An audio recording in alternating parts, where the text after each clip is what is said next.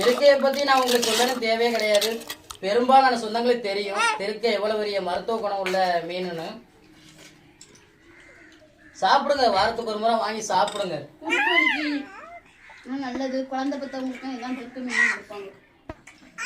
நல்ல ஒரு மருத்துவ மீன் நினைச்சான். நாங்க சாப்பிடக்கூடிய திருக்க மீன் வந்து திருக்க மீன்லயே ரொம்ப விலை குறைவான திருக்க மீனுங்க. நான் இதை பத்தி நிறைய வீடியோ பதில சொல்லியிருக்கேன்னு நினைக்கிறேன். இந்த வீடியோ பதில கூட நான் கூட சொல்லியிருக்கேன். என்னதா இந்தா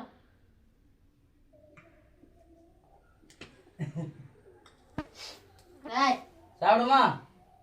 அக்கா அடிக்க கூட. திருக்க மீனை வச்சு அப்படி கறி குழம்பு மாதிரி ரெடி பண்ணி திருக்க மீனை பொரிச்சு கொடுத்துருக்காங்க. நம்ம குடும்பத்தோட சாப்பிட போறோங்க. என்னத்தான் சாப்பிடுமா? அள்ளி சாப்பிடுங்க தான் தங்கங்க. என்னத்தா உங்களையும் தனித்துவமா கேட்கணுமாக்கா? அப்பா